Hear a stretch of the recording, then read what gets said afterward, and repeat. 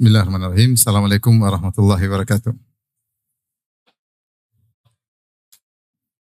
Alhamdulillahi ala ihsani wa syukru lahu ala taufiqihi wa amtinani. Asyhadu an la ilaha illallah wahdahu la syarika lahu ta'ziman li sya'nih. Wa asyhadu anna Muhammadan abduhu wa rasuluh da'ila ridwanih. Allahumma salli alaihi wa ala alihi wa ashabihi wa ikhwanih. Hadirin dan hadirat yang dirahmati Allah Subhanahu wa taala. Pada kesempatan kali ini kita akan bahas topik perjalanan menuju pulang, yaitu ke kampung akhirat ya. Sebagaimana kita ketahui, Allah Subhanahu wa taala menciptakan Adam alaihissalam dan Allah memang ingin agar Adam tinggal di bumi. Oleh karenanya Allah berfirman, "Wa idz qala rabbuka lil malaikati inni ja'ilun fil ardi khalifah." Qalu ataj'alu fiha may yufsidu fiha wa yasfikud dima, dan seterusnya dalam surat Al-Baqarah. Ketika ketika Rabbmu berkata ya pada para malaikat, sungguhnya aku akan menjadikan khalifah di atas muka bumi, maksudnya Adam dan keturunannya. Jadi Allah sudah kabarkan Allah akan ciptakan menjadikan Adam di bumi. Tetapi ketika Allah menciptakan Adam, ternyata Allah ciptakannya di langit. Tidak langsung kemana ke bumi. Tapi intinya Adam akan turun ke bumi. Maka Allah ciptakan Adam di langit, kemudian terjadi apa yang terjadi. Maka Allah ciptakan Hawa setelah itu ya. Setelah ada Adam, Allah ciptakan Hawa sebelum Adam dan Hawa masuk ke dalam surga. Wa qulna ya Adam uskun anta wa zawjukal jannah. Dan kami berkata, wahai Adam, masuklah engkau ke dalam surga bersama istrimu ya. Karena percuma masuk surga tapi tidak ada istri. Kasihan kan jomblo. Makanya dikatakan dalam buku tafsir, Ar-Rafiq qabla tariq, teman sebelum menempuh perjalanan. Maka masuklah Adam dalam surga bersama istrinya. Dan Allah ingatkan tentang bahaya iblis. Ya. In hadza aduwwun laka wa li zawjika fala yukhrijannakuma minal jannati fatashqa. Sungguhnya iblis adalah musuhmu dan bagi istrimu, jangan sampai dia mengeluarkan kalian berdua dari surga yang kalian nikmati, fatashqa, maka kalian pun engkau akan sengsara. Kemudian Allah sebutkan tentang nikmat surga, innalaka alla taju'a fiha wa la ta'ra, kau tidak akan pernah lapar di surga. Kalau makan pun bukan karena lapar tapi karena senang-senang. Ya, wa la ta'ra, dan kau akan selalu memakai pakaian, tidak akan telanjang. Wa annaka la tathma'u fiha wa la tatha, dan kau akan tidak kepanasan di sana, sejuk, menyenangkan, dan kau tidak akan kehausan. Tidak akan kehausan dan tidak akan kepanasan. Tapi Allah mengatakan, jangan dekati sebuah pohon. Taqrabu hadhihi syajarah. Jangan kalian mendekati pohon ini. Akhirnya, sebagaimana kita ketahui, iblis pun menggoda Adam. Fawaswasa ilaihi syaitanu qala ya Adamu hal adulluka ala syajaratil khuldi wa mulkin la yabla. Maka setan pun menggoda Adam dan dia mengatakan, wahai Adam, maukah aku tunjukkan kepada engkau ya tentang pohon keabadian, syajaratil khuldi, yaitu kalau kau enakan di surga, nyaman, tapi kalau kau ingin abadi, makan buah itu. Namanya orang kalau dapat nikmat, pingin kenikmatannya apa? Berkesinambungan. Sementara Allah ketika kasih tahu nikmat kepada Adam, Allah tidak bilang kau akan kekal atau tidak. Dari sisi inilah iblis menggoda Adam. Ada poin yang masih Adam penasaran. Apakah dia memang akan kekal atau tidak, maka iblis merayu. Kau nyaman kan di surga, kalau gitu makanlah syajaratil khuldi, makanlah dari pohon keabadian. Al adulluka ala syajaratil khuldi wa mulkin la yabla, dan dapat kekuasaan yang tidak akan sirna. Ya. Akhirnya fa'akala minha. Akhirnya mereka berdua makan, Adam dan apa? Hawa. Fabadat lahuma sawatuhuma. Kemudian kelihatanlah aurat mereka berdua. Wa tafiqa yakhsifani alaihima mi waraqil jannah. Mulailah mereka mengambil daun-daun pohon di surga, kemudian mereka tutupin. Akhirnya Allah mengatakan, turunlah kalian berdua ke bumi.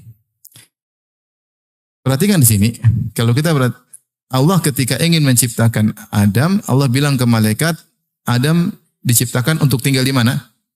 Di bumi.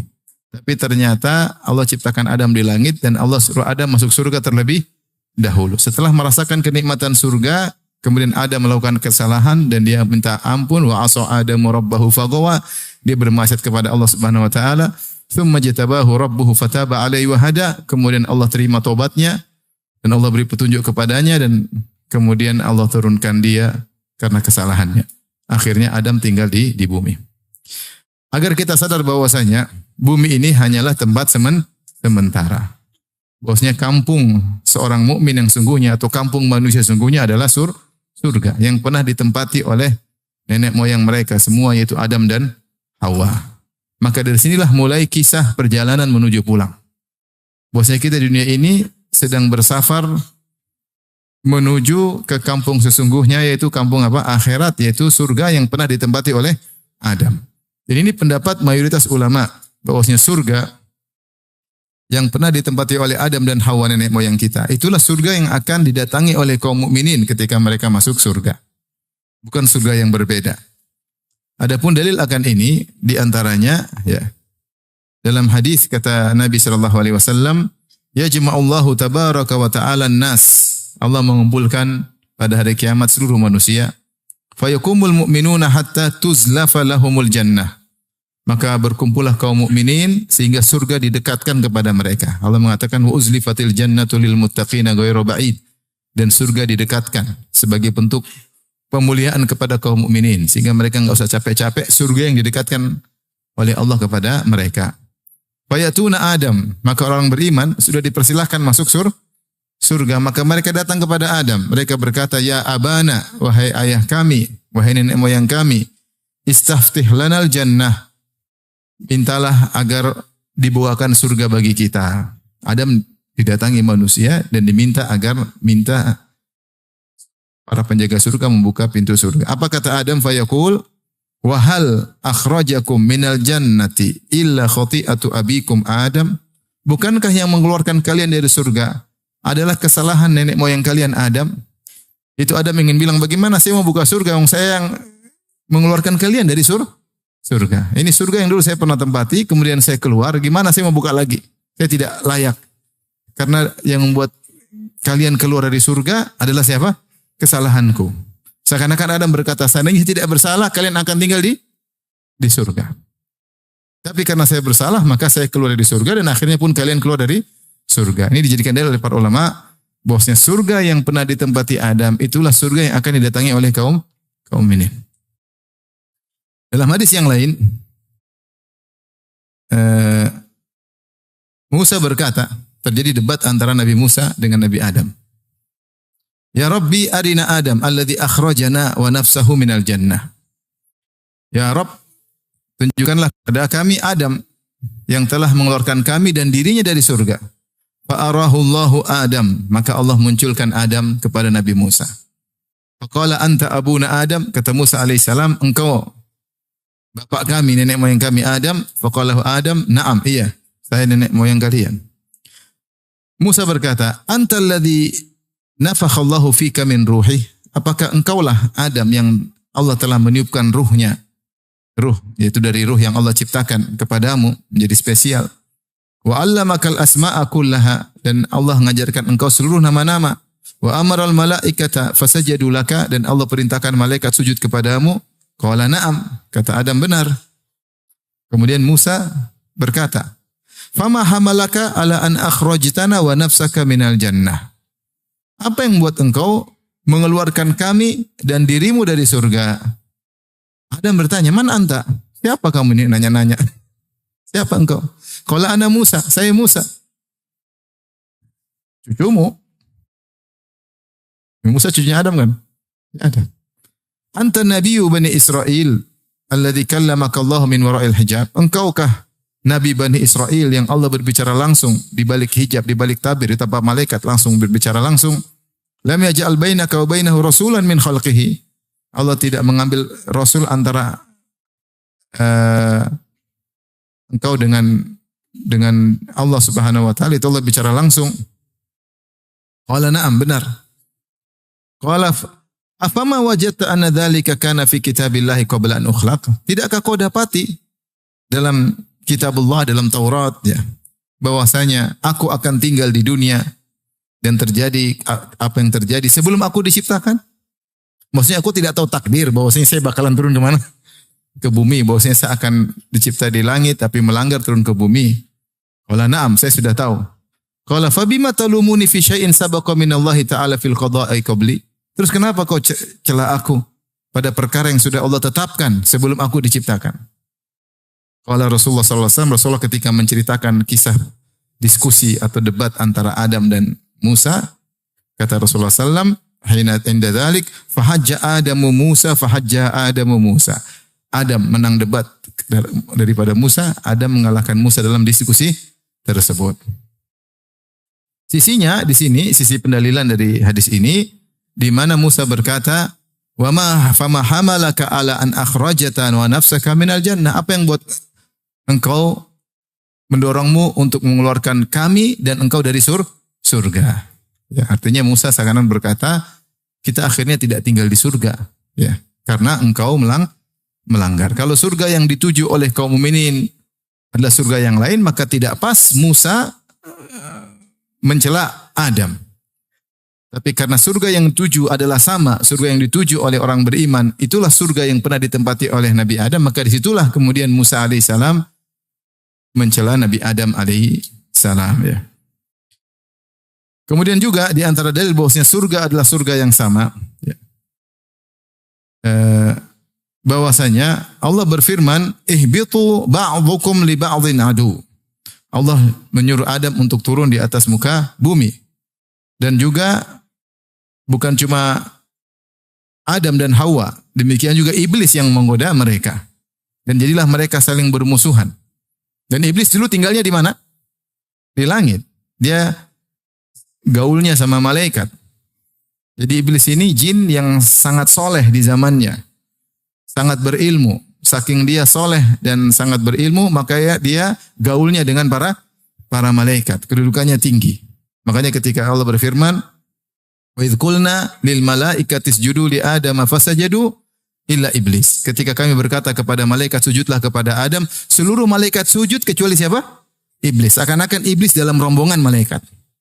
Dan malaikat tempatnya di mana? Di langit atau di bumi? Di langit. Jadi iblis gaulnya sama malaikat di langit, dan iblis menggoda Adam juga di mana? Di langit. Yang menunjukkan surga yang pernah Adam tempati letaknya di mana? Di langit. Kemudian mereka semua disuruh turun oleh Allah Subhanahu wa taala, di mana iblis kesibukannya adalah menggoda Adam alaihissalam.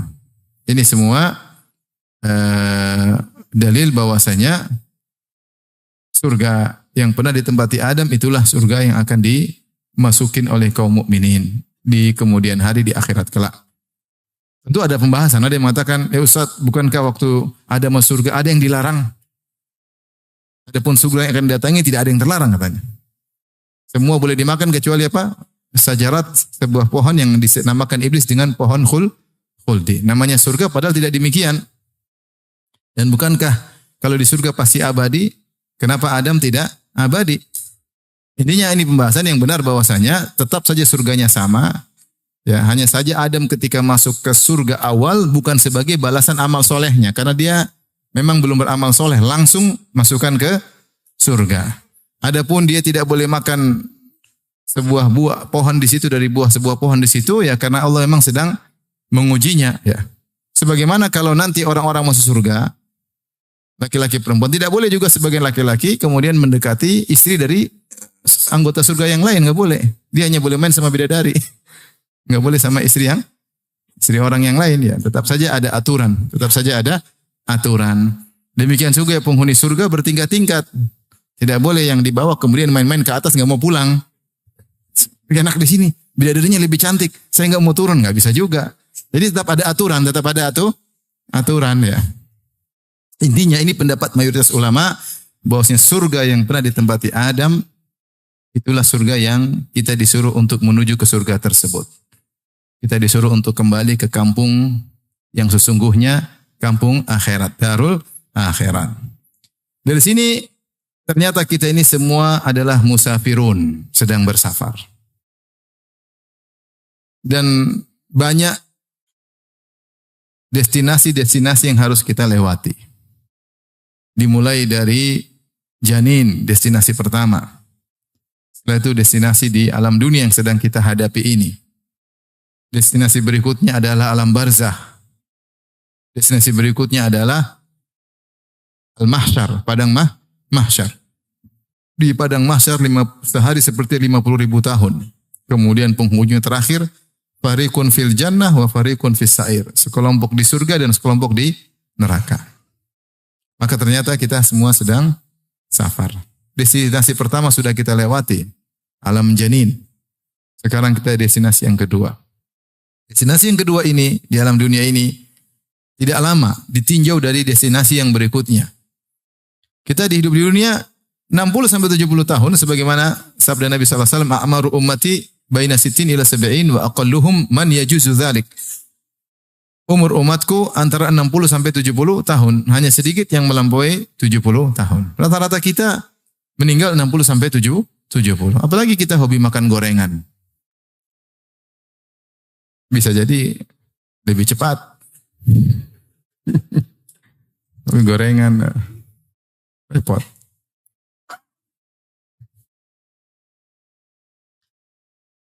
Terus yang lebih dari 70 sedikit.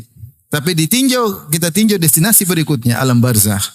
Berapa tahun? Bisa ribuan tahun, bisa ratusan tahun. Seorang meninggal di alam barzah ila qiyamis sa'a, sampai hari kiamat. Entah berapa tahun, di antara nenek moyang kita ada yang sudah ribuan tahun di alam barzah. Ada yang beratusan tahun. Jelas jauh lebih lama daripada keberadaan dia di atas muka bumi ini. Kemudian setelah itu dibangkitkan di padang mahsyar yang sehari seperti 50.000 tahun. Fi yaumin kana miqdaruhu 50 alf sanah. Di hari yang ukurannya seperti 50.000 tahun. Setelah itu surga dan neraka abadi tanpa ada penghujung. Dari sini kita tahu bahwasanya destinasi kita di dunia dibandingkan dengan lamanya di alam barzah, lamanya di alam padang mahsyar, kemudian surga dan neraka, maka 60-70 sangat sebentar. Sangat sebentar. Tetapi sebentar inilah yang merupakan tempat kita mengumpulkan bekal sebanyak-banyaknya. Menuju kepada destinasi berikutnya yang sangat membutuhkan bekal tersebut. Jadi kita sedang musafir dan kita sedang mengumpulkan bekal yang banyak untuk masuk pada destinasi-destinasi berikutnya. Dan di antara ayat yang mengisyaratkan akan hal ini, firman Allah Subhanahu wa taala tentang haji, kata Allah Subhanahu wa taala, "Wa tazawwadu fa inna khairaz zadit taqwa." Berbekallah kalian kalau kalian berhaji, kata Allah Subhanahu wa taala. Jangan berhaji tanpa bekal, harus ada bekal agar tidak merepotkan orang lain. Kalau kalian punya bekal, harus bawa bekal. Kalau kalian memang ahli, punya hirfah, punya keahlian untuk kerja, silakan haji. Yang penting bisa cari nafkah sendiri. Jangan minta-minta sama orang lain. Jangan mengharap belas kasih orang lain. Bahkan bekal bukan cuma bekal untuk perjalanan haji, bekal untuk yang ditinggalkan anak istri. Kata Allah, wa tazawwadu. Setelah itu Allah berfirman, fa inna khairaz zadi taqwa, dan sebaik-baik bekal adalah ketakwaan. Sebagian ahli tafsir seperti Al-Qurtubi dalam tafsirnya mengatakan ini isyarat setelah Allah menyebutkan perjalanan dunia, safar dari rumah menuju Ka'bah untuk haji. Allah isyaratkan ada safar yang lebih dahsyat. Safar menuju hari akhirat yang membutuhkan takwa. Maka Allah isyaratkan dengan firman-Nya, fa inna khairaz zadi taqwa, sebaik-baik bekal yaitu dalam safar menuju akhirat adalah ketakwaan. Kita safar biasa butuh bekal, apalagi safar menuju apa? Akhirat. Makanya banyak ayat mengingatkan bahwasanya hidup ini cuma sebentar. Kata Allah Subhanahu wa taala, "Wa ma hadhil hayatud dunya illa lahu wa la'ib wa inna ad-daral akhirata lahiyal hayawan law kanu ya'lamun." Tidaklah kehidupan dunia ini hanyalah permainan dan senda gurau, yaitu sebentar. Orang main-main sebentar, tahu-tahu game over. Orang senda gurau kemudian masuk dalam keseriusan, sebentar aja ini. Seperti orang main-main sebentar. Wa inna ad-daral akhirata lahiyal hayawan. Sungguhnya kehidupan akhirat itulah yang benar-benar kehidupan yang sesungguhnya. Dan banyak ayat Allah menamakan dunia hanyalah sebentar. Ingat, sebentar itu gunakanlah untuk mencari bekal. Jangan terpedaya. Ini bukan tempat kampungmu di alam lain. Ini hanya sekedar tempat mampir untuk cari bekal menuju destinasi yang sangat lama. Destinasi-destinasi berikutnya. Seperti firman Allah Subhanahu wa taala, Wala tamuddanna 'ainaika ila ma matta'na bihi azwajan minhum zahratal hayatid dunya linaftinahum fihi. Wa rizqu rabbika khairu wa abqa. Wahai Rasulullah, janganlah kau panjangkan matamu kepada kenikmatan dunia yang aku berikan kepada sebagian mereka, zahratal hayatid dunya, yaitu mawar kehidupan dunia. Linaftinahum fihi, yang kami memfitnah atau menguji mereka dengan mawar dunia tersebut. Allah menamakan kenikmatan dunia dengan mawar, yaitu mawar itu indah, dilihat, berwarna-warni, harum, tapi cepat layu. Cepat apa? Layu. Sebentar sudah layu. Untuk keluarin mawar, sebentar lagi sudah layu. Dunia seperti itu. Dunia itu cepat layu, sebentar. Wa rizqu rabbika khairu wa abqa. Adapun rizki Rabbmu yang Allah siapkan di kampung akhiratmu, di surga, khairu wa abqa, lebih baik dan lebih kekal. Jadi mereka salah, seakan-akan Allah mengatakan mereka salah, terlalu ngumpulin harta dunia banyak-banyak, lupa untuk bekal di akhirat. Padahal dunia akan ditinggalkan. Dunia akan ditinggalkan. Allah menyatakan juga bagaimana cepatnya destinasi dunia ini. Kata Allah, "Wadrib lahum mathalal hayatid dunya kama'in anzalnahu minas sama' fakhtalata bihi nabatul ard fa asbaha hashiman tadruhu riyah. Wa kana Allah ala kulli syai'in muqtadira." Kata Allah, berilah perumpamaan kepada mereka tentang kehidupan dunia. Seperti apa kehidupan ini? Seperti kama'in anzalnahu minas sama', seperti air hujan yang kami turunkan dari langit. Fakhtalata bihi nabatul ard, kemudian bercampur dengan tumbuhan di atas muka bumi, maka tumbuh jadi hijau. Kata Allah setelah itu, fa asbaha tadruhu riyah.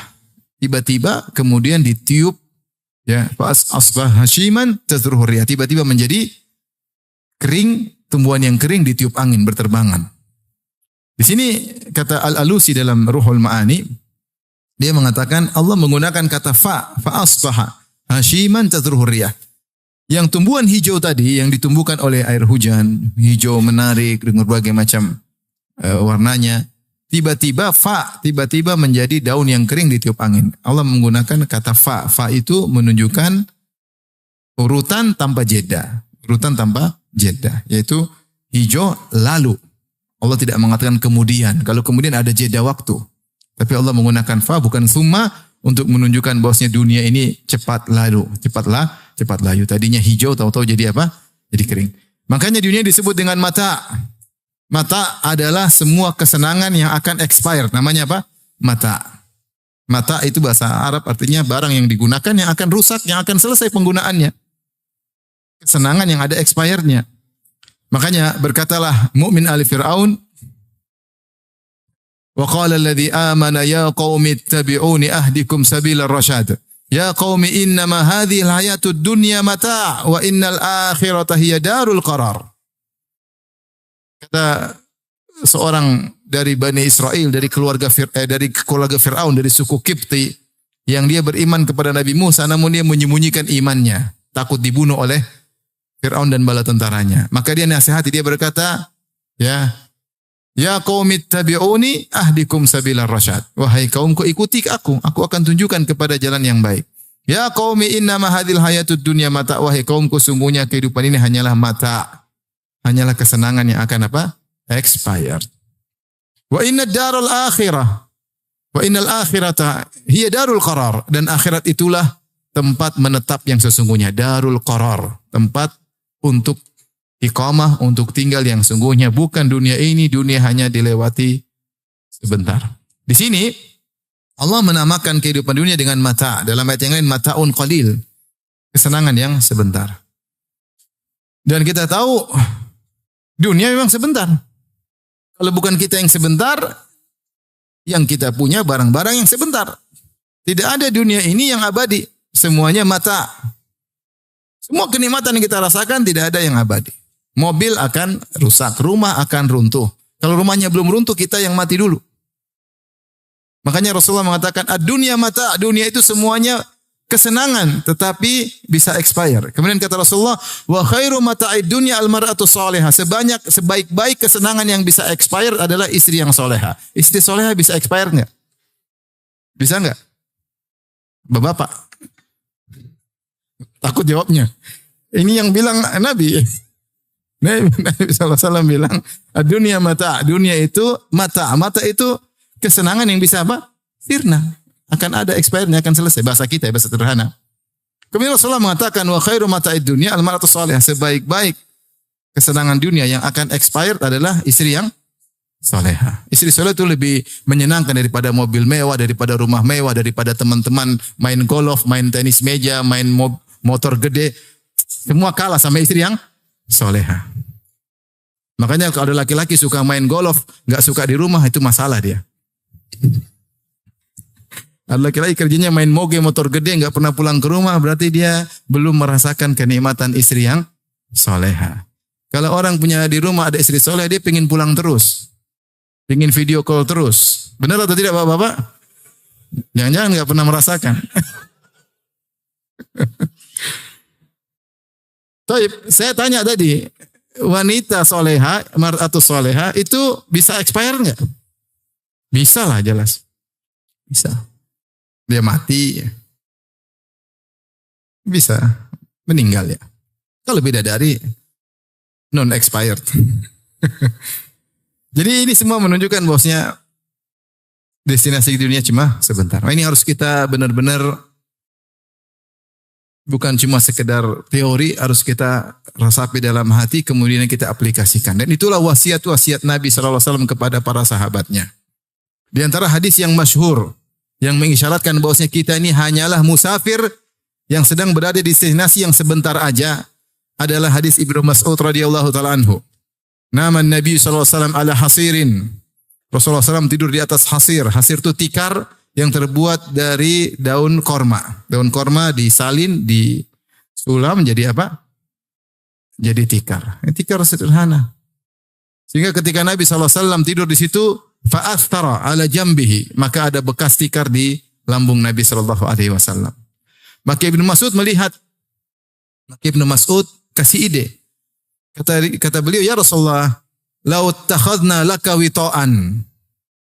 Ya Rasulullah, bagaimana kalau kita bikin firash untuk engkau, yaitu kasur dari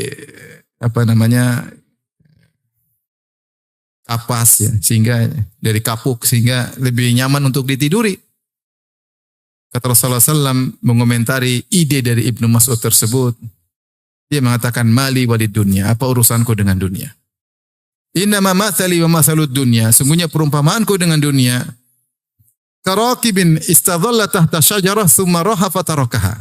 Seperti seorang pengembara yang sedang mengembara kemudian mampir di bawah sebuah pohon untuk tidur sebentar. Tidur di bawah pohon apa bisa lama? Enggak bisa lama. Cuma untuk istirahat supaya siap-siap punya energi untuk melanjutkan perjalanan yang jauh.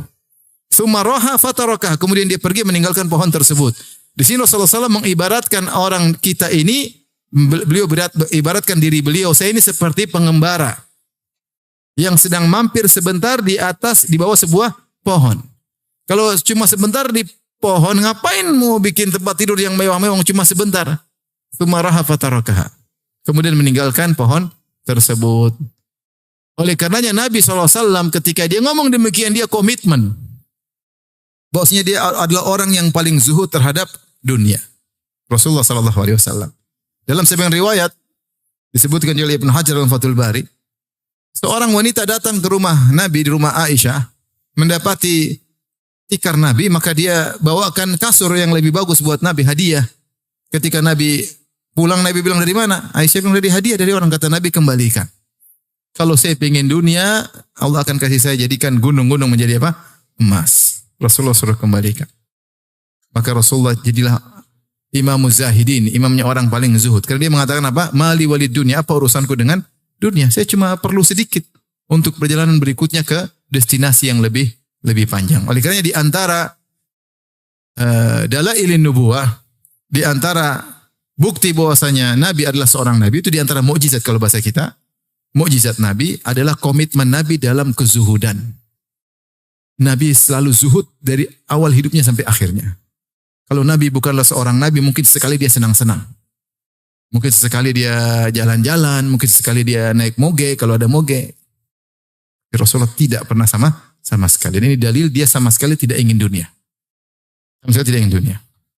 Dia tidak ingin dunia sama sekali. Makanya saya sering sampaikan hadis tentang Fatimah ketika Fatimah minta pembantu kepada Nabi Shallallahu Alaihi Wasallam karena Fatimah miskin, dia harus kerja, kemudian dia memutar roha, yaitu alat penggulung gandum sampai tangannya, majalat yaduha sampai tangannya menjadi pecah-pecah dan ngapal, ya. Tidak halus lagi sebagaimana wanita yang biasanya.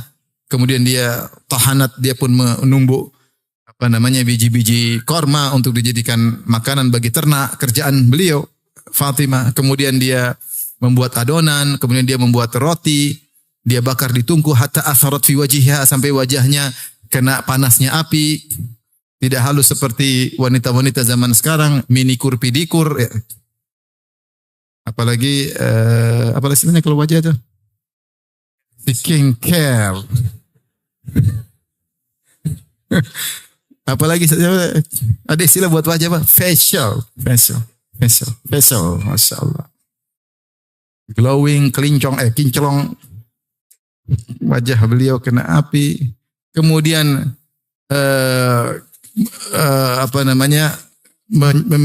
menyapu rumahnya hatta kita barat siyabuha, sampai bajunya penuh dengan debu. Kemudian dia angkat air hatta atharat fi raqabatiha, ya, atau fi unuqiha, dia angkat air dengan kirbah sampai ada bekas di lehernya. Itu Fatimah, wanita penghuni surga.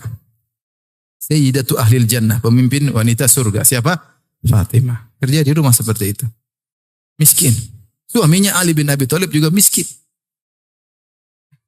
Maka wajar nggak kalau minta pembantu? Wajar nggak? Wajar. Bapaknya pemimpin kota Madinah. Kalau dalam peperangan dapat ghanimah yang banyak. Maka akhirnya dia minta kepada Rasulullah SAW. Tadinya datang minta, malu, akhirnya Rasulullah bilang, ada apa nak? Kata dia, enggak, saya cuma mau salam sama engkau, pulang lagi. Malu. Minta pembantu, malu. Akhirnya kedua dia ketemu Nabi, minta pembantu, ternyata Nabi enggak ada, dia sampaikan ke Aisyah. Akhirnya Aisyah kasih tahu Nabi SAW datang ke Fatimah. Ternyata Rasulullah tidak kasih pembantu. Rasulullah bilang apa? Bagaimana saya mau kasih pembantu? Budak. Sementara ahlu sufa kelaparan. Ada sahabat banyak yang kelaparan di belakang masjid. Tinggal di mulhak dengan masjid, ya. Maka mending budak ini saya jual, kemudian hasilnya saya sedekahkan buat orang-orang miskin. Malah disuruh zikir. Kata Nabi, idza awaituma madja'akuma sabbihallah salatan wa salasin wahmadahu salatan wa salasin wa kabbirahu arba'an wa salasin. Kalau kalian berdua mau tidur, maka bertasbihlah 33 kali, bertahmidlah 33 kali, bertakbirlah 34 kali, fa inna dzalika khairun min khadim. Itu lebih baik daripada pembantu.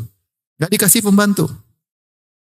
Saya bilang kalau saya di posisi Nabi, sementara Fatimah putri paling bungsu minta pembantu, saya kasih 10. Bagaimana tidak, Fatimah putri paling bungsu. Dan saudara-saudaranya semuanya meninggal. Keluarga Nabi dan Khadijah dengan 6 anak, yang tersisa cuma Nabi dengan Fatimah. Sampai Fatimah diberi gelar Ummu Abiha, ibu bapaknya sendiri. Artinya apa? Karena Fatimah ketika semua sudah meninggal, dia menempati kedudukan Khadijah. Dia yang ngurus Nabi SAW. Kalau Nabi sakit, dia jenguk Nabi SAW. Ketika Nabi dalam perang Uhud, beliau terluka. Yang ngurus bukan istri Nabi, yang ngurus Fatimah radhiyallahu taala anha. Dia yang bersihkan luka di wajah Nabi SAW. Rasulullah sangat sayang kepadanya. Bukankah ketika Rasulullah di Mekah, kemudian Rasulullah SAW diganggu oleh Uqbah bin Abi Mu'aid. Rasulullah sedang sujud, maka Uqbah bin Abi Mu'aid taruh kotoran. Salal jazur, yaitu isi perut onta, usus-ususnya, kotorannya taruh di atas pundak Nabi. Nabi sujud, enggak bergeming. Maka ada yang lapor sama Fatimah. Fatimah, ayahmu digitukan. Maka Fatimah datang, Fatimah bersihkan. Antum bayangkan. Antum seorang da'i lagi dimaki hina-hina orang. Dan ketika itu Abu Jahal lagi ketawa-ketawa. Terbahak-bahak sampai badan mereka semboyongan saking terbahak-bahak. Terus putri kita datang si kecil, bersihkan. Oh, itu benar-benar luar biasa. Setelah itu Fatimah sendiri masih remaja. Dia hadapin Abu Jahal dia maki mereka habis-habisan. Setelah Rasulullah habis sholat, Rasul angkat tangan. Allahumma alaika bi Quraisy. Ya Allah, binasakan Quraisy. Mereka takut. Jarang-jarang Nabi mendoakan keburukan. Biasanya Nabi mengatakan, berilah hidayah kepada mereka. Kali ini enggak. Kata Nabi, Allahumma alaika bi Quraisy. Ya Allah binasakan Quraisy. Allahumma alaika bi Abi Jahal. Ya Allah binasakan Abu Jahal. Mereka semua dengar doa Nabi. Alaika bi Uqbah bin Abi Mu'aid. Rasulullah sebutkan 7 orang. Binasakan si fulan, si fulan, si fulan, si fulan. Semuanya tewas di perang Badar. Tapi siapa yang menolong Nabi ketika itu? Putrinya Fatimah radhiyallahu anha. Nah, si kecil ini sekarang minta pembantu. Kira-kira kalau kita jadi Nabi kasih berapa pembantu? 20. Tapi Nabi ternyata tidak. Dia ngajarkan kepada putrinya untuk zuhud.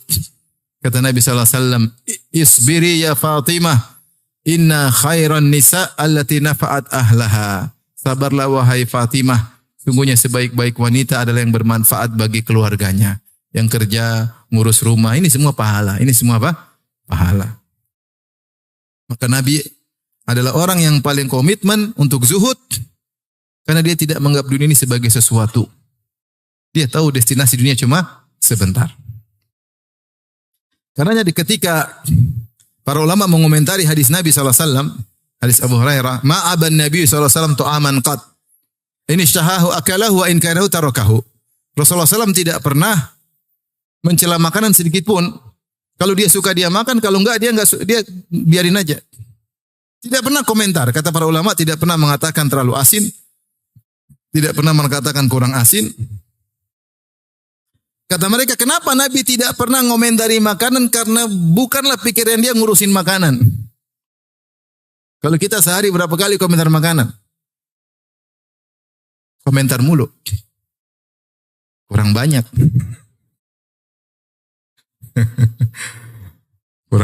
kurang asin. Kurang inilah, kurang anulah. Sampai makanan gratis pun kita komentari. Kurang ini, kurang ini. Tapi habis. Menakjubkan Nabi SAW. Kenapa tidak pernah komentar makan disebut? Karena beliau tidak pernah mikirin dunia. Sehingga apa yang ada beliau makan. Ada yang ada. Kalau enak beliau makan, nggak suka, ya udahlah. Bukan kesibukan ngurusin apa? Makanan. Kalau kita Masya Allah kuliner. Sana, sini, sana. Ya kita jauh ya. Maksudnya Nabi ketika bilang dunia, apa urusan dunia? Dunia beliau benar-benar apa? Komitmen. Masu'ila an syai' faqala la. Rasulullah SAW tidak pernah diminta sesuatu kemudian bilang enggak ada. Enggak. Rasulullah kalau ada pastikah? Kasih. Karena dunia ini enggak ada nilainya bagi dia. Dia mengatakan seandainya saya punya emas sebesar gunung Uhud, tidak lewat 3 hari kecuali sudah habis. Saya akan sedekahkan ke sana. Illa syai'un arsuduhu lid-dain. Kecuali saya sisakan sedikit untuk bayar hutang kalau saya punya hutang. Kalau enggak saya habiskan. Itu Nabi SAW. Sampai ketika beliau meninggal, apa kata Aisyah? Laqad tufiya Rasulullah SAW.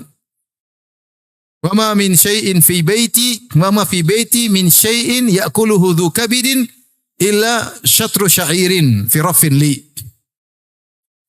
Ketika Nabi SAW meninggal dunia, tidak ada tersisa suatu apapun yang bisa dimakan oleh makhluk bernyawa. Yaitu manusia nggak bisa makan, hewan nggak bisa makan, kecuali hanya sedikit gandum yang saya simpan di rakku. Itu saja peninggalan Nabi SAW. Nggak ada apa.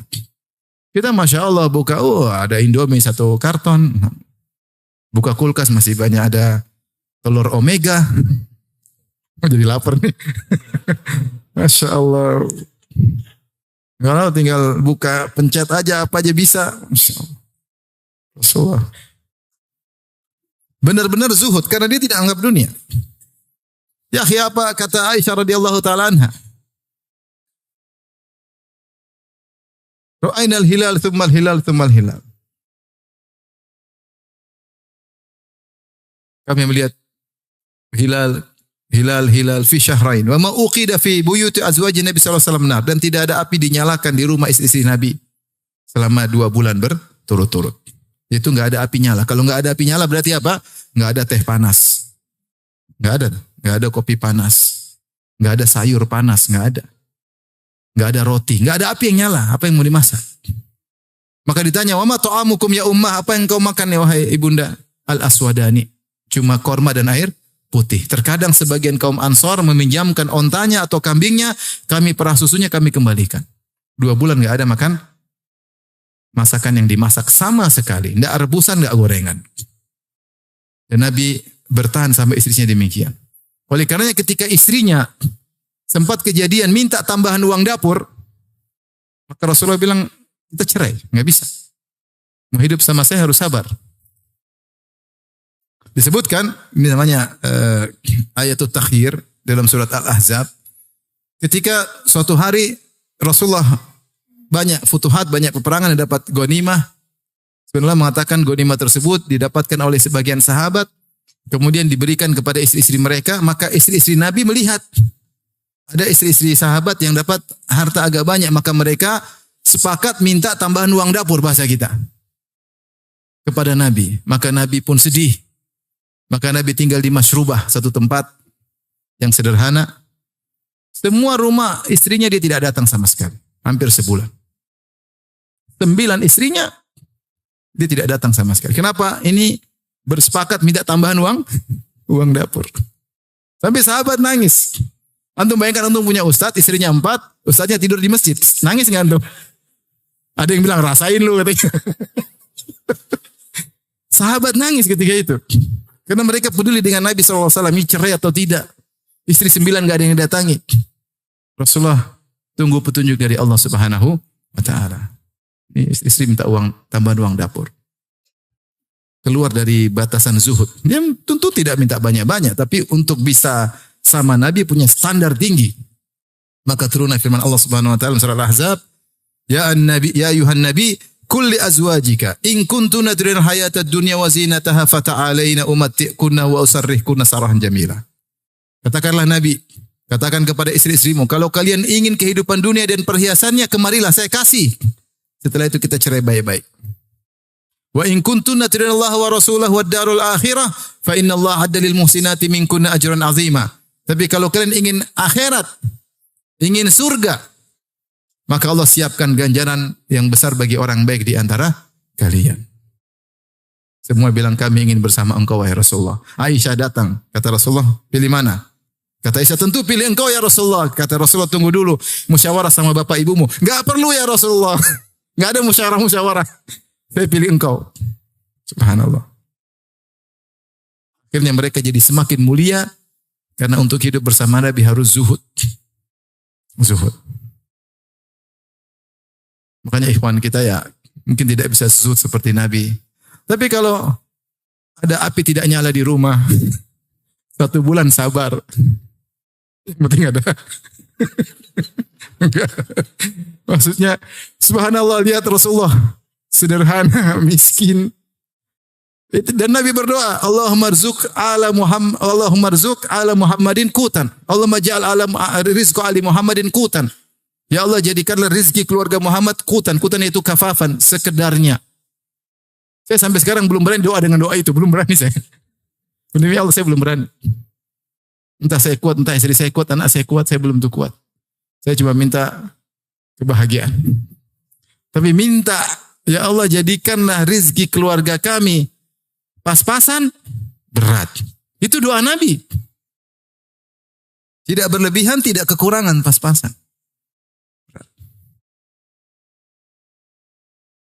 Makanya Nabi hidup sangat sederhana. Sallallahu alaihi wasallam. Kenapa dia tahu dunia hanyalah sebentar? Makanya ketika Nabi sedang di kamar Mashrubah tadi, karena ninggalin istri-istrinya, Umar datang. Umar lihat nggak ada apa-apa di kamar, cuma ada kalau nggak salah idam atau yang tergantung itu udum, yaitu kulit yang disamak. Nggak ada apa-apa, tidur di atas tikar.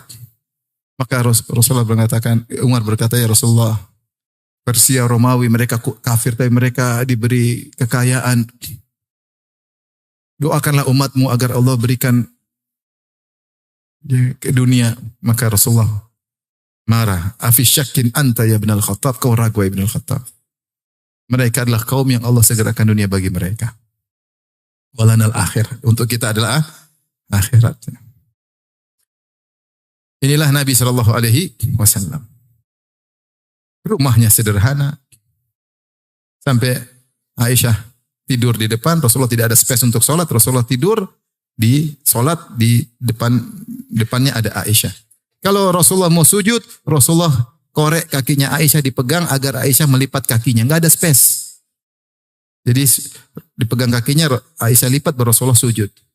Kalau Rasulullah sudah berdiri, Aisyah julurkan kaki lagi. Kalau mau sujud, dipegang lagi. Kenapa nggak ada space? Rumah cuma sempit, entah 6 kali 4 berapa. Kita rumah Masya Allah gede-gede, tapi nggak sholat malam. Rasulullah sendiri berkata dalam hadisnya, arba'un minas sa'adah. Di antara 4 sebab kebahagiaan. Kata Nabi, baitun wasi'. Rumah yang luas. Benar, orang punya rumah luas sebab kebahagiaan. Tapi Nabi sendiri tidak milih rumah luas. Dia milih rumah yang sempit. Tapi itu rumah bahagia. Kenapa? Karena dibacakan Al-Quran dan hadis-hadis Nabi. Kata Allah, وَذْكُرْنَا مَا يُتْلَى فِي بُيُوتِكُنَّ مِنْ آيَاتِ اللَّهِ وَالْحِكْمَةِ. Wahai istri Nabi, ingatlah apa yang dibacakan di rumah kalian. Berupa ayat-ayat Allah dan hadis-hadis Nabi. Itulah sumber kebahagiaan. Meskipun rumah kecil, tapi kalau dipenuhi dengan ayat-ayat Allah, maka bahagia. Rumah besar, tapi nggak ada ayat-ayat Allah, sumber kesengsaraan. Sumber kesengsaraan. Baik. Ini sekitar saya tadi istitrat, yaitu saya bahas tentang bagaimana Nabi zuhud. Karena dia tahu bahwasanya dunia ini hanyalah sementara. Ini komitmen, bukan sekedar kita mungkin ngomong, pandai ngomong, prakteknya kita belum bisa seperti Nabi SAW. Dan di antara bukti kenabian Nabi, Rasulullah komitmen dengan kezuhudannya. Tidak pernah sekali-sekali senang-senang, nggak pernah. Maksudnya bermewah-mewah nggak pernah sama sekali. Karena bagi dunia tidak ada nilainya.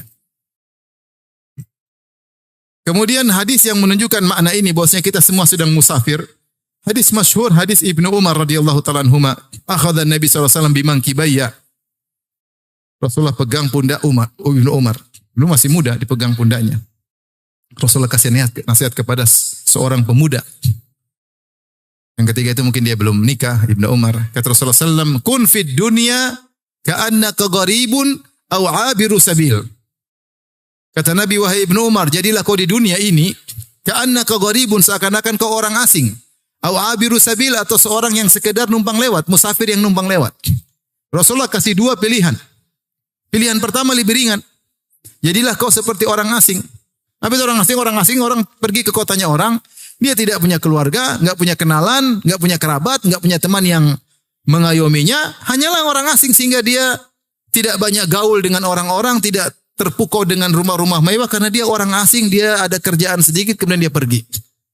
Beda kalau orang setempat, dia pingin lama di situ, punya kenalan, ketawa ketiwi, main sana main sini. Enggak, orang asing apa? Enggak ada yang kenal dia.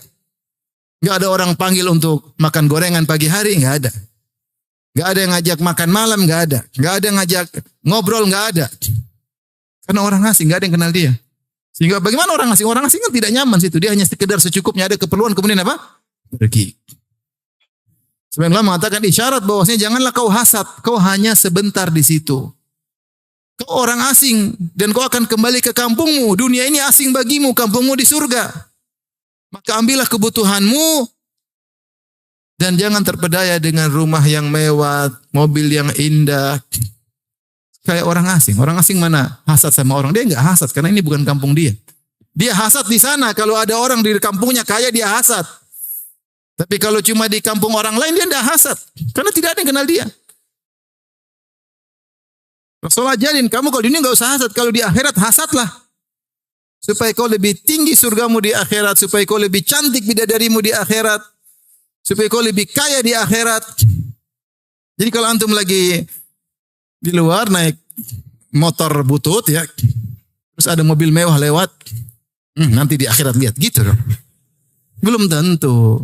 Belum tentu kau bos di sini, bos di sana juga. Lihat nanti kayak gitu. Baca Quran semangat. Saingan hasad di akhirat bukan di sini. Di sini tidak perlu hasad-hasatan. Kita orang asing kata Nabi sallallahu alaihi wasallam. Dan orang asing tidak banyak gaul. Gaul secukupnya. Cukupnya. Jangan buang-buang waktu. Terlalu banyak grup WhatsApp. Grup sampai 20 habis waktu. Grup 1, grup 2, grup 3, grup 4, grup 5 sampai grup 20. Sehingga maslahat kita yang sungguhnya kita abaikan. Kemudian Rasulullah SAW kasih pilihan kedua yang lebih berat.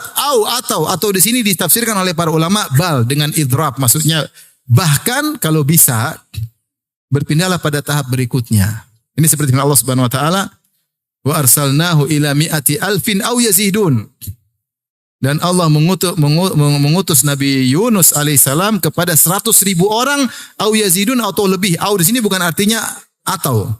Au di sini bal, bahkan lebih dari 100.000. Jadi au terkadang maknanya bal. Kalau Allah mengatakan 100.000 atau lebih, seakan-akan Allah ragu. Enggak, yang benar au di sini maknanya adalah bal yazidun. Yaitu Yunus alaihissalam di zaman dia punya pengikut lebih dari 100.000.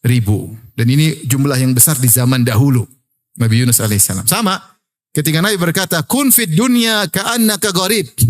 Jadilah kau di dunia seperti orang yang asing. Oke, itu pun sudah susah. Kita di dunia susah menjadi seperti orang asing. Pilihan yang lebih berat lagi, kata Allah, kata Nabi, au abiru sabilin ay bal abiru sabil. Bahkan kalau kau bisa, jadilah seperti orang yang cuma numpang lewat. Kalau orang asing masih tinggal. Masih ada tinggal sehari, 2 hari, 3 hari, sebulan. Kalau numpang lewat, cuma mampir, terus jalan lagi. Dia mampir kemudian buang hajat atau makan siang, kemudian melanjutkan perjalanan. Perjalanan masih panjang. Seakan-akan Nabi mengatakan, jadilah kau orang di dunia, ambil secukupmu saja. Untuk duniamu secukupnya untuk melanjutkan perjalanan yang jauh. Perbanyak akhirat. Kalau mau bekal yang banyak untuk apa? Akhirat. Untuk dunia secukupnya saja.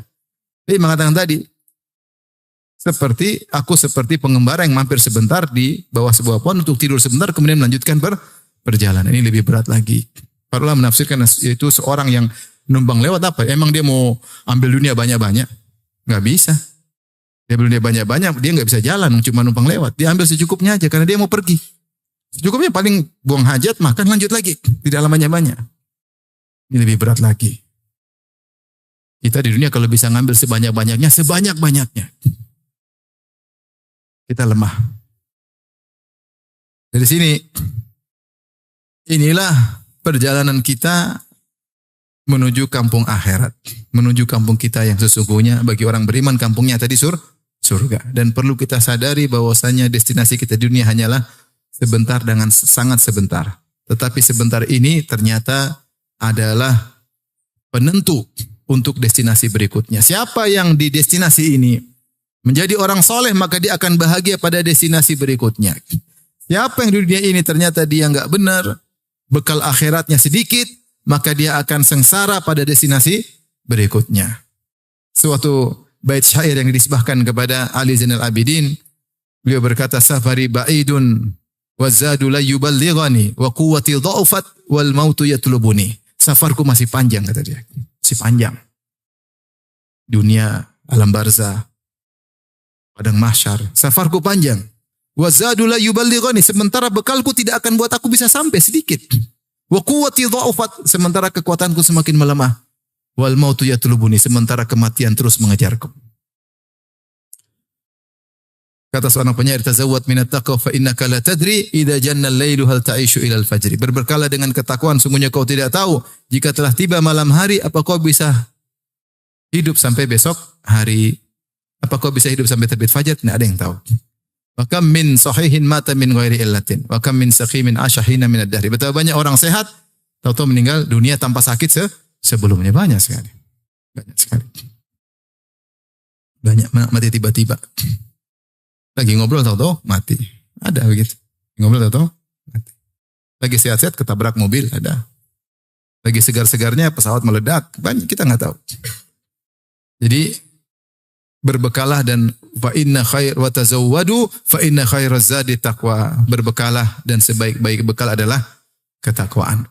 Ma'asyiral muslimin wal muslimat, oleh karenanya ibu yang dirahmati Allah Subhanahu wa taala dan para bapak yang dirahmati Allah Subhanahu wa taala, inilah destinasi kita, hendaknya kita serius. Nah, kita tinjau destinasi berikutnya sangat berat.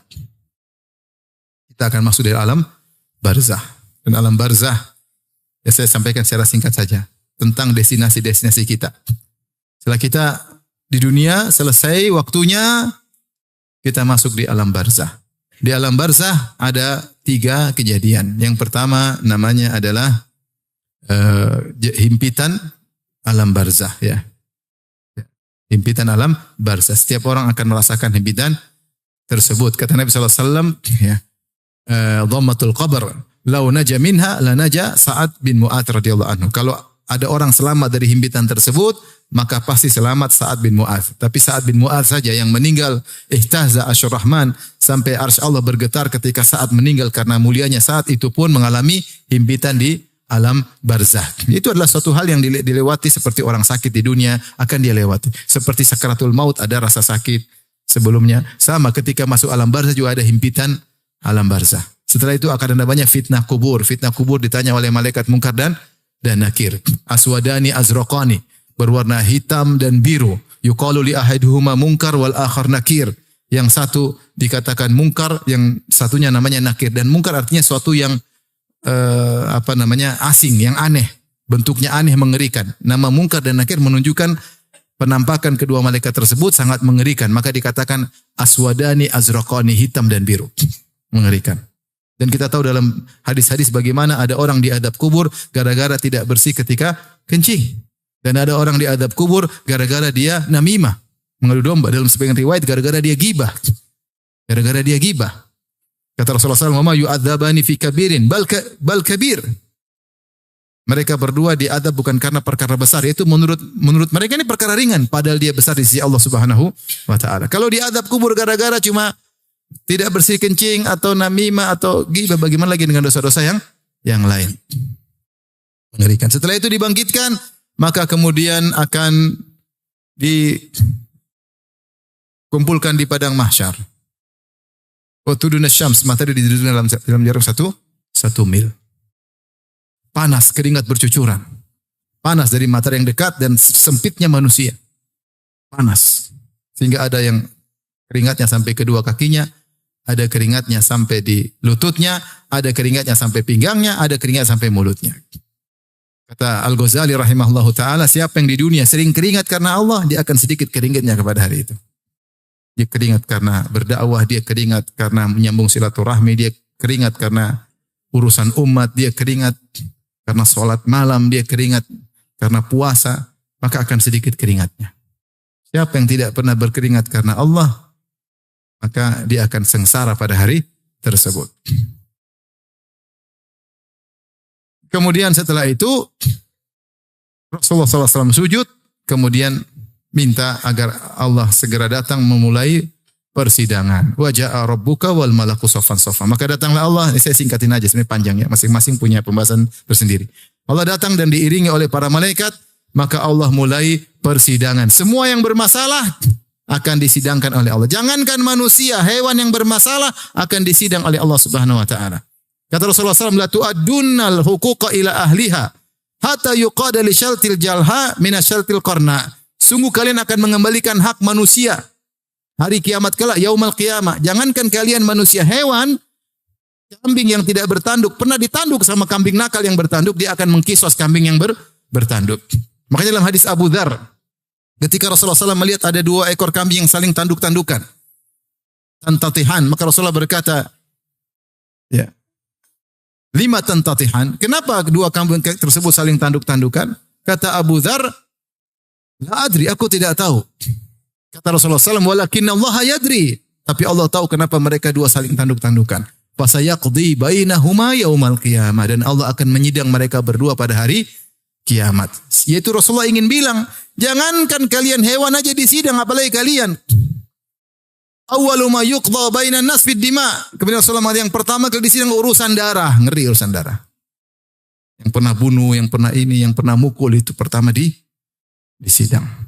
Sampai orang yang pernah dibunuh, dia berdiri pegang tangan yang pembunuhnya sambil satu tangannya memegang kepalanya. Kemudian kepalanya berbicara, "Ya Rabbi, hadza qatalani." Ya Rabbku, dia telah bunuh saya. Allah tanya, "Kenapa kau bunuh dia?" Kalau karena jihad, karena fisabilillah, selamat. Kalau enggak, binasa hari tersebut. Semua akan disidang. Hatta latmah, satu tamparan, satu kata-kata zalim kepada orang, semua akan disidang. Semua akan disidang. Makanya hati-hati, jangan zalimin orang. Jangan makan harta orang lain. Jangan menjatuhkan harga diri orang lain. Jangan pernah mukul orang lain. Jangan pernah punya andil dalam memukul orang lain. Jangan sama sekali. Kita dizalimi enggak ada masalah. Kita dizalimi, kita akan ambil hak kita di akhirat. Tapi kalau kita yang menzalimi, kita binasa. Kita binasa. Kata Rasulullah SAW, "Adzulmu dzulumatun yaumal qiyamah." bahwasanya kezaliman adalah kegelapan yang bertumpuk-tumpuk pada hari kiamat kelak. Orang akan sengsara pada hari tersebut, orang-orang yang zalim. Orang yang zalim. Mengerikan. Tapi orang yang baik akan bahagia. Intinya setelah disidang, kemudian dihisab. Dihisab. Hisab itu apa? Diaudit. Allah audit. Kau pernah begini, kau pernah begini, kau pernah begini. Semua diklasifikasikan. Ini amal soleh, ini amal buruk. Fungsinya audit. Antum kalau diaudit KPK takut nggak? KPK. Dia baru buat catatan, ketahuan. Oh ternyata kita kemarin kumpul-kumpul ketahuan. Itu baru catatan ke KPK. Gimana lauhil mahfuz? Kalau ada orang buka akun kita misalnya, kemudian dia bongkar, itu kita sudah ketakutan. Gimana lauhil mahfuz? Semua terbuka. Mengerikan. Hari yang sangat dahsyat ketika itu. Maka Allah hisab, intinya tujuan hisab adalah audit untuk mengklasifikasikan. Jadi Allah benar enggak? Benar enggak? Mau debat silakan. Enggak ada yang berani debat sama Allah. Kalau di dunia kita bisa bawa pengacara, kita bisa sogok hakimnya, di sini mana bisa? Di Allah, di akhirat mana bisa? Saksinya malaikat, saksinya kulit berbicara, kaki berbicara. Ada catatan amal, mau lari dari mana? Nggak bisa. Dan Allah Maha tahu segalanya. Setelah itu, setelah diklasifikasikan, baru kemudian ditimbang. Dan ketika seorang dibangkitkan, sudah mulai kelihatan orang-orang kafir bagaimana dibangkitkan dalam kondisi terbalik, matanya buta, tuli, bisu, jalan di atas kepala, wajahnya hitam, matanya biru, itu orang kafir. Pelaku maksiat dari kaum muslimin juga kelihatan, yang suka minta-minta untuk tanpa mau kerja, malas minta-minta melulu, maka akan datang pada hari kiamat kelak, walaisa ala wajhi muz'atul lahmin, maka wajahnya tidak ada dagingnya, dia tidak punya malu selama ini. Yang sombong akan dibangkitkan seperti ukuran semut, badannya seperti manusia. Yakshahumudzul fi kulli min kulli makan. Dihinakan dari segala arah. Dulu waktu dunia merasa sombong dengan ilmunya, dengan jabatannya, dengan kekayaannya, dengan mobilnya. Sombong bangga, hari kiamat nih kayak semut hampir diinjak-injak sama hewan-hewan, diinjak-injak oleh manusia. Selama ini merasa besar, Allah akan kerdilkan dia pada hari kiamat kelak. Yang punya istri 2 tidak adil, oh miring. Saya aja sekarang kaki saya sedang sakit. Miring di dunia aja udah sakit. Apalagi miring di mana? Di akhirat. Saya kemarin ketemu kawan, istrinya 4. Saya bilang hati-hati Pak. Waktu saya ketemu dia sebelumnya istrinya 3. Saya bilang hati-hati Pak. Ya. Dia bilang Ustadz saya mau yang keempat, saya mau nikah sama orang Afrika insya Allah. Kenapa? Saya penasaran, pengen tahu anak saya seperti apa. Akhirnya saya ketemu dia lagi, baru beberapa hari lalu. Mana Pak? Jadi Afrika enggak? Hati-hati Pak. Saya saja kaki sakit, miring enggak enak. Makanya Ustaz saya 4 biar seimbang katanya. Bisa aja Bapak ini katanya. Hati-hati kata Nabi sallallahu alaihi wasallam, "Man kanat lahum ra'atani famala ila ihdahuma ja'a yaumal qiyamati wa shikkuhu ma'il." Siapa yang punya istri 2 kemudian condong kepada salah satunya, datang pada hari kiamat badannya miring. Ya akhi, ente kenapa akhi? Miring kenapa akhi? Ente kenapa? Istri 2. Saya tahu istri cuma 1, satunya saya sembunyiin. Miring. Waliyadzubillah. Tapi kalau adil tenang, Kalau enggak adil, miring. Kasihan. Betapa banyak praktisi poligami yang tidak adil. Hati-hati. Antum tenang aja kalau 1 aman. Lurus insya Allah.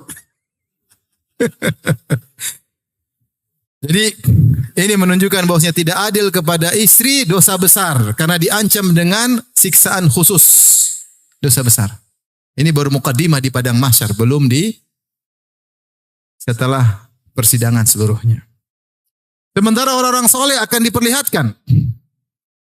Orang yang rajin bersedekah, orang yang meninggal dalam kondisi ihram, orang yang mati syahid, orang yang senang puasa, orang suka adzan. Kata Rasulullah, al-muadzinina atwalun nasi a'naqun yaumil qiyamah. Orang tukang adzan lehernya paling tinggi kelihatan dari jauh. Kenapa? Setelah ini dia meninggikan kalimat Allahu Akbar, maka dia kelihatan dari jauh. Orang yang berpuasa maka bau mulutnya harum. Ya. La khaluf famis shaim atyabu indallahi min rihil misik. Sungguhnya aroma mulut orang yang berpuasa lebih harum daripada minyak kasturi. Sebenarnya mengatakan di akhirat. Orang mati syahid dia bangun dalam kondisi tubuhnya berdarah. Al-launu launu dam, warnanya warna darah, warihu rihul misik, tapi aromanya aroma minyak kasturi. Seterusnya akhirnya setelah dihisab, dimizan, ditimbang, ya. Ada yang mengatakan sebelum dihisab diterima catatan amal. Yang terima tangan atau tangan kiri baru dihisab. Ada yang mengatakan setelah dihisab baru kemudian menerima catatan amal. Setelah dihisab, dimizan, setelah itu terjadilah kegelapan. Kemudian orang-orang kafir langsung diantar menuju neraka jahanam. Ikutilah semua orang mengikuti apa yang dia sembah. Maka Yahudi mengikuti Uzair. Ada yang berbentuk Uzair menggiring mereka merasa menggiring di surga, ternyata digiring di neraka jahanam. Yatasaqatun, mereka berjatuhan. Nasara ada yang menjelma seperti Nabi Isa. Disangka mereka digiring menuju surga, ternyata digiring menuju apa? Neraka jahanam. Yang menyembah rembulan, yang menyembah matahari, yang menyembah siapapun akan digiring menuju neraka jahanam. Adapun yang tersisa cuma orang-orang muslimin dan orang munafik yang semua KTP-nya Islam. Maka mereka tersisa setelah mereka disuruh lewat sirat. Maka lewatilah orang beriman dahulu, orang munafikin belakangan. Orang munafik dikasih cahaya oleh Allah. Karena untuk lewat sirat harus ada cahaya. Ketika dia pegang cahaya sudah senang, tahu-tahu cahayanya diredupkan oleh Allah Subhanahu wa taala. Ketika itu orang-orang beriman berdoa, Rabbana atmim lana nurana wa ghufir lana. Ya Rabb kami, sempurnakanlah cahaya kami, jangan diredupkan seperti orang munafik. Wa ghufir lana, ampunilah kami tahu dosa kami yang membuat cahaya redup. Ampunilah kami agar cahaya kami tetap bertahan. Maka berjalanlah orang-orang melewati sirat. Orang munafik semua masuk neraka jahanam, neraka paling dasar bahkan. Orang beriman, maka tiga, ada yang tercabik-cabik, akhirnya jatuh ke neraka jahanam. Itu orang-orang yang dosanya tidak harus, orang dosanya membuat mereka masuk neraka, tapi mereka mukmin, masih Islam. Cabik-cabik masuk neraka. Nanti suatu saat mereka akan keluar. Yang kedua tercabik-cabik, ya, tetapi tidak masuk neraka. Najin, mukardas najin. Tercabik-cabik, tetapi selamat. Itu dosa-dosa mereka tidak mengharuskan masuk neraka, maka cukup dibalas ketika di atas sirat. Karena di sirat ada kalalib, ada khototif, besi-besi, ada hasakah, ada 3 model besi yang tajam-tajam. Ada yang berduri, ada yang cabik-cabik, mencabik-cabik siapa saja yang lewat di situ. Dan yang terakhir, najin musallam, selamat tidak terkena cabikan besi sama sekali. Yang selamat ini macam-macam. Ada yang seperti kalbark, seperti cahaya kilat cepat sekali terus sampai. Ada yang seperti angin berhembus, ada yang seperti kuda yang berlari cepat, ada yang seperti onta yang berlari, dan ada seperti orang yang berlari, ada yang sampai tertatih-tatih, merangkak. Dia berkata, Ya Rabbi, lima abda'ta bi. Dia merangkak. Ya Allah, kenapa kau buat aku lambat? Kata Allah, innama abda'a bika amaluk. Yang bikin kau lambat adalah amalmu sendiri. Amalmu sendiri. Di antara hal yang paling memudahkan orang untuk bisa lewat sirat dengan cepat adalah menyambung silaturahmi dan amanah. Kata Nabi SAW, akan datang rahim dan amanah. Ala jambatai sirat, di samping sirat. Siapa yang menyambung silaturahmi, maka akan dipus untuk segera cepat. Siapa yang tidak nyambung silaturahmi, ditahan di situ. Rahim tahan dia. Sama amanah. Siapa yang amanah, maka akan cepat. Siapa yang tidak amanah, dia akan tertahan di situ. Di situlah Nabi berkata, Az-zulm zulumatun yaumal qiyamah, kezaliman adalah kegelapan yang bertubi-tubi. Siapa yang suka zalim, dia tidak akan dapat cahaya di atas sirat, dia akan terjatuh. Kalau enggak ada cahaya, dia enggak bisa lihat. Dia jatuh, masuk neraka jahanam. Hati-hati jangan zalim. Jangan zalim sama istri. Jangan suka zalim sama istri. Sakitin hati istri terus sampai istri kurus, antum gemuk, enggak boleh. Kalau mau gemuk sama-sama. Jangan zalimi anak, anak enggak diurus. Main HP mulu, anak enggak diurus, enggak diajarin agama. Zalim sama anak. Jangan zalim sama pembantu, dimaki-maki, direndahkan, dihina. Ingat dia manusia. Saudara kita sama muslim. Jangan zalim sama anak buah, jangan zalim sama supir. Ingat dia seorang muslim. Belum tentu di akhirat kita kedudukannya lebih tinggi dari dia. Belum tentu sama sekali. Belum tentu. Saya sering bilang bagaimana kita merasa lebih baik daripada pembantu. Saya punya pembantu, dia digaji, seluruh gajinya dia kirim sama ibunya. Semua 100%. dan dalam waktu yang lama. Siapa di antara kita seperti itu? Kemudian kita merasa lebih baik daripada pembantu ini. Pembantu ini berbakti sama orang tuanya. Dia capek-capek kerja, dimarah-marahin, semua hasilnya dia kirim ke orang tua. Justru kita merasa lebih baik daripada pembantu kita? Belum tentu. Jangan zalim. Jangan zalim sama siapapun. Jangan mentang-mentang kita punya jabatan, kita merendahkan orang. Mentang-mentang kita punya ilmu, kita merendahkan orang. Jangan zalim. Kezaliman, inna dzulma dzulumatun yaumal qiyamah. Kezaliman adalah kegelapan yang bertubi-tubi pada hari kiamat. Setelah itu tinggal terakhir surga dan neraka. Surga. Begitu injak kaki di surga, alhamdulillahilladzi adhaba annal hazan. Semua kesedihan hilang. Ya. Semua kesedihan hilang. Maka akan mendapatkan berbagai macam kenikmatan. Akan mendapatkan bidadari dan semuanya ya. Kalau istri, anak-anak soleh akan dikumpulkan oleh Allah Subhanahu Wa Taala. Kalau orang tua soleh akan dikumpulkan oleh Allah Subhanahu Wa Taala. Kebahagiaan yang tidak terhingga abadi di surga. Ini saja yang saya sampaikan. Maka siapa yang berhasil sampai ke surga, maka dia telah pulang ke kampung halamannya. Siapa yang mampir ke neraka, dia salah pulang. Mungkin bekalnya kurang. Mungkin dia lupa tujuan dia. Tidak mikir kampung halamannya. Dia pikir cuma destinasi dunia sehingga dia lupa. Dunia terlalu dia pikirkan, lupa untuk pulang ke kampung akhirat. Kata Rasulullah SAW, mal faqra akhsha alaikum, bukanlah kemiskinan aku khawatirkan kepada kalian, innama akhsha alaikum antubsata alaikum dunya. Yang aku khawatirkan jika dunia dibukakan bagi kalian. Kama busitat ala man kana qablakum, sebagaimana dunia telah dibukakan bagi orang-orang sebelum kalian. Fatanafasuha kama tanafasuha, maka kalian pun akan berlomba-lomba mencari dunia sebagaimana orang-orang sebelum kalian berlomba-lomba. Fatuhlikukum kama ahlakathum, maka dunia akan binasakan kalian sebagaimana kalian dibinasakan oleh orang-orang sebelumnya dibinasakan oleh dunia. Ingat, dunia itu banyak, ketenaran, harta, banyak-banyakan, alhaakumut takatsur, kalian telah terlalaikan dari banyak-banyakan. Banyak-banyakan harta, banyak-banyakan mobil, tinggi-tinggian jabatan, banyak-banyakan pengikut, banyak-banyakan ini ngeri. Sibuk dengan dunia, tahu-tahu meninggal, game over ya. Maka hati-hati, semoga Allah menjadikan kita selalu mengingat kampung apa? Akhirat. Semoga kita pulang benar. Sampai di mana? Di surga. Amin ya rabbal alamin. Demikian saja yang saya sampaikan. Semoga bermanfaat. Tapi demikian saja kajian kita. Subhanakallah bihamdik. Asyhadu an la ilaha illa anta. Assalamualaikum warahmatullahi wabarakatuh.